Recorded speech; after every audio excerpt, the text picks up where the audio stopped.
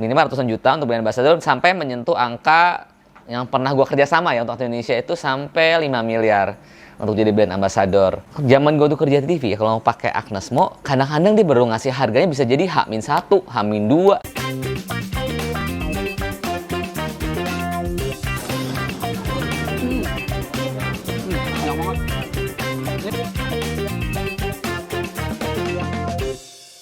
Halo, gue Rizky, founder dari Bris Entertainment.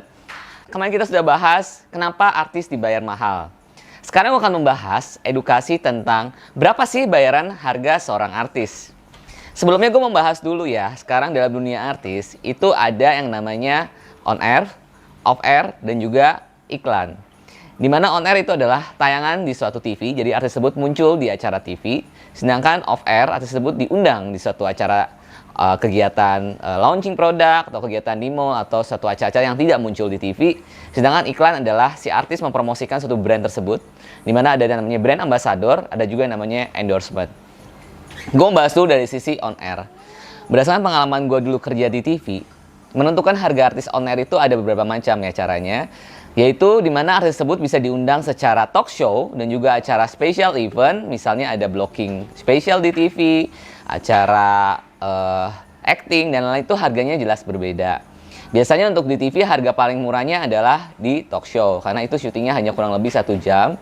Sedangkan untuk acara-acara spesial biasanya penentuan harga artis itu berdasarkan treatment. Misal waktu zaman gue ngundang Agnes Monica, itu biasanya gue melihat dulu treatment, si manajer tersebut melihat treatmentnya dulu. Jadi manajer Agnes lihat dia harus butuh berapa bawa dancer atau butuh berapa koreografer, berapa koreografi, terus juga harus menyediakan apa saja, bajunya berapa kali ganti, itu menentukan dalam harga. Dan juga untuk misalnya magician diundang di acara TV juga permainannya berapa permainan, terus juga trik-triknya apa, alat-alat yang digunakan apa, itu menentukan juga dalam harganya. Zaman gue tuh kerja di TV ya, kalau mau pakai Agnes Mo, kadang-kadang dia baru ngasih harganya bisa jadi H-1, H-2 sebelum acara tersebut. Misalnya kedua acara musik spesial, acara ulang tahun Trans TV. Jadi kita benar-benar harus karena dia melakukan perhitungan yang benar-benar harus sesuai dengan budgetnya dia. Jadi emang kalau untuk harga artis di TV itu berbeda-beda, itu memang tergantung treatmentnya, acaranya itu berbeda-beda. Ada pertanyaan nih, berapa sih harga artis paling mahal yang pernah Kak Rizky undang di TV? Oke, zaman gua kerja di TV udah jelas gini loh, kalau harga artis diundang di TV jelas harganya jauh lebih murah daripada untuk off air maupun iklan. Karena apa? Si artis tersebut kan ketika di TV itu mereka butuh untuk promosi, untuk semakin dikenal karena adanya adanya explore di situ ya.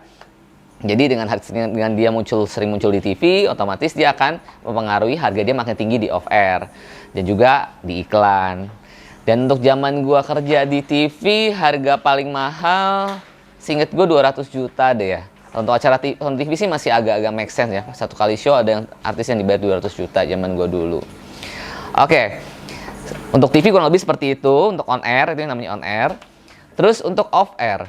Untuk off air itu biasanya juga beda-beda juga. Jadi artis tersebut misalnya diundang untuk acara yang sekarang mungkin ya, untuk kayak politik. Itu biasanya harganya jauh lebih mahal ketimbang artis tersebut diundang buat acara wedding atau acara-acara gathering perusahaan. Biasanya artis juga lihat dari brandnya yang mengundang. Dan yang paling penting yang kalian harus perlu tahu, ketika untuk off air itu biasanya artis dibayar bisa 3-4 kali lebih mahal daripada di on air. Karena apa? Ya dia on air tadi yang udah dijelasin itu butuh buat dia promosi untuk diundang ke off air. Dan juga di offer itu kan biasanya nggak ada kepentingan publisitas, itu hanya untuk internal perusahaan dan dia menghibur artis di situ. Jadi biasanya dibayar jauh lebih mahal.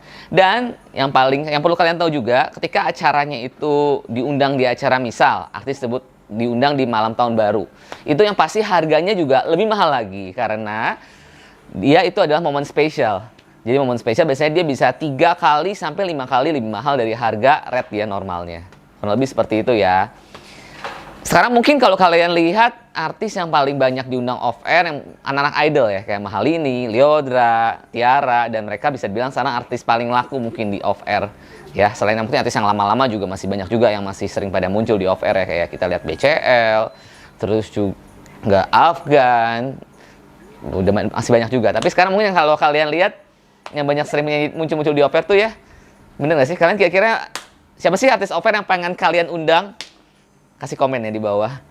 Dan juga kalian selain harus bayar tadi harga tersebut, kalian juga harus menyediakan riders. Riders itu adalah kebutuhan artis selama di acara tersebut. Kemarin udah kita bahas ya di konten sebelumnya, riders si A, B, C itu seperti apa. Kalian bisa lihat lagi deh, tonton monolog gue yang sebelumnya kalau kalian lupa. Oke. Terus juga sekarang kita bahas tentang iklan. Oke. Untuk iklan itu ada yang namanya brand ambassador. Brand ambassador itu apa? Brand ambassador adalah seorang artis dikontrak untuk membranding suatu produk, suatu brand. Itu biasanya ada jangka waktu kontrak minimal 1 tahun. Dalam arti, contoh brand A, brand ambasadornya misal Raffi Ahmad. Jadi di semua etalase-etalasenya baik itu billboard, TVC, print ad, sosial medianya ada muka Raffi Ahmad. Itu namanya brand ambassador. Jadi dia membranding satu brand di suatu produk tersebut gitu. Jadi dia brand image di sebuah brand tersebut. Dan itu biasanya harga yang paling mahal untuk dalam iklan. Sedangkan juga ada namanya endorsement. Kalau endorsement mungkin hanya untuk sosial media, posting, ya itu harganya ya bisa lebih murah dari brand ambassador. Oh ya, terus brand ambassador juga mau ngejelasin juga ada biasanya komposisi dari brand ambassador itu apa aja. Itu ada TVC. TVC adalah si artis tersebut syuting untuk tayangan iklan yang tayang di TV. Juga bisa tayang di sosial media juga. Terus ada juga pemotretan atau photoshoot di mana fotonya itu muncul di POS, print ad, misalnya di mall-mall, misalnya kalian ada muka si artis tersebut. Terus juga ada di sosial media. Dan ya kurang lebih seperti itu. Kisarannya berapa sih Kak artis untuk menjadi seorang brand ambassador? Oke. Berdasarkan pengalaman gue sebagai manajer artis dan juga sebagai agensi, itu untuk brand ambassador artis itu rate-nya pasti yang minimal ratusan juta ya. Minimal ratusan juta untuk brand ambassador sampai menyentuh angka yang pernah gue kerjasama ya untuk Indonesia itu sampai 5 miliar untuk jadi brand ambassador. Artinya siapa gue gak bisa sebut ya kan. Itu ya kalian tebak-tebak sendiri aja. Mungkin kalian bisa komen di bawah. Kira-kira siapa sih artinya sampai satu brand ambassador 5 miliar? Kalau yang tahu coba di komen di bawah menurut kalian ya. Oke. Terus juga yang perlu kalian tahu juga, harga artis tuh bisa naik, bisa turun. Kakak itu berdasarkan apa? Oke. Harga artis bisa turun kalau si artis tersebut punya reputasi yang buruk. Misal, si artis tersebut waktu itu diundang di acara jadi bintang iklan ini kok waktu itu harganya 200 juta, sekarang dia agensi boro-boro mau ngasih 200 juta.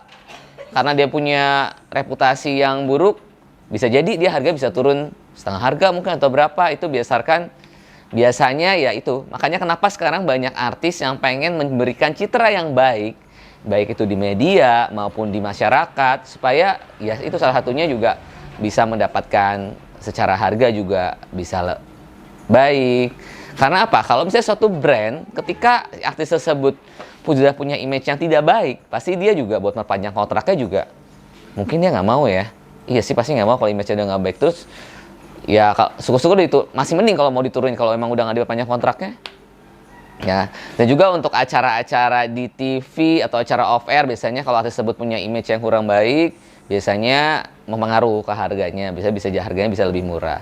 Terus harga artis itu naik kalau apa? Yang pasti secara brand, makin banyak brand yang mau bekerja sama dengan dia. Jadi kan kalau untuk kayak TV atau off air kan masih banyak sponsor yang masuk ketika kita ngundang artis tersebut. Terus juga followernya makin banyak, insight-nya juga makin bagus di sosial media, otomatis kan mempengaruhi untuk misalnya kita mau endorse dia, mau jadi dia bintang iklan, kan penyebaran promosinya dia juga makin jauh lebih baik gitu loh, dengan memakai si artis tersebut. Influencer itu sendiri dibagi menjadi ada 4. Ada nano influencer, ada micro influencer, ada macro influencer, dan juga mega influencer. Untuk nano influencer itu follower atau subscribernya kurang dari 10.000. Sedangkan untuk micro influencer itu followernya 10.000 sampai 100.000 follower atau subscriber. Sedangkan untuk macro influencer itu followernya 100.000 sampai 1 juta. Sedangkan untuk mega influencer itu lebih dari 1 juta follower atau subscriber. Paling mahal endorsement tuh di mana sih? Itu biasanya di YouTube ketimbang TikTok dan juga Instagram. Instagram juga macam-macam ya. Ada posting di IG Reels, IG Story, IG feed foto, itu beda rate-nya. Dengan TikTok juga beda. Tapi biasanya yang paling mahal katanya di YouTube. Menurut pengalaman gue itu di YouTube, karena effortnya itu lumayan lebih besar ya. Dan untuk YouTube juga, itu penghasilan artis itu gedenya itu sebenarnya bukan di AdSense, tapi dari brand yang masuk. Mungkin kalau kalian nonton podcast Deddy Corbuzier, itu satu podcast aja bisa ada 5-6 brand yang masuk. Kebayangkan salah satu brandnya berapa, itu 6 brand, 5-6 brand berapa gitu kan. Makanya ada yang bilang Deddy Corbuzier YouTuber terkaya, ya mungkin dari si brand-brand tersebut. Ya jadi kayaknya salah kaprah. Jadi kan mikirnya selama ini dari AdSense, dari YouTube ini, ternyata enggak. Jadi kalau kalian mau pasang brand, boleh ya pasang di sini ya buat brand. Bisa ada nih nanti logo-logo brandnya. Oke, kita tunggu loh komen nih chat nomor admin di bawah. Oke, menurut kalian untuk Raffi Ahmad nih ya, follower Instagramnya paling banyak menurut gua sekarang di Indonesia. Bener nggak sih? 74 juta follower ya untuk Raffi Ahmad. Berapa ya harga endorse ya? Oke. Kira-kira itu ya tentang edukasi tentang menentukan harga rate artis. Kalau kalian ada yang kurang jelas lagi, kalian bisa tanya, bisa DM ke Instagram pribadi gue boleh. Kalau yang bisa gue bales, gue akan bales ke DM ke Instagram Rizky Breeze. Jangan lupa follow juga, dan juga TikTok gue @rizkybreeze. Yang pasti semua konten-konten kita, mau monolog, podcast di belakang layar, mabar, udah bisa ditonton di semua penerbangannya Batik Lion Air di aplikasi Tripper. Oke, kita ketemu lagi di konten monolog berikutnya, dan komen apalagi sih yang mau dibahas buat di edukasi tentang dunia entertainment, nanti akan gue bahas. Thank you so much. Bye-bye.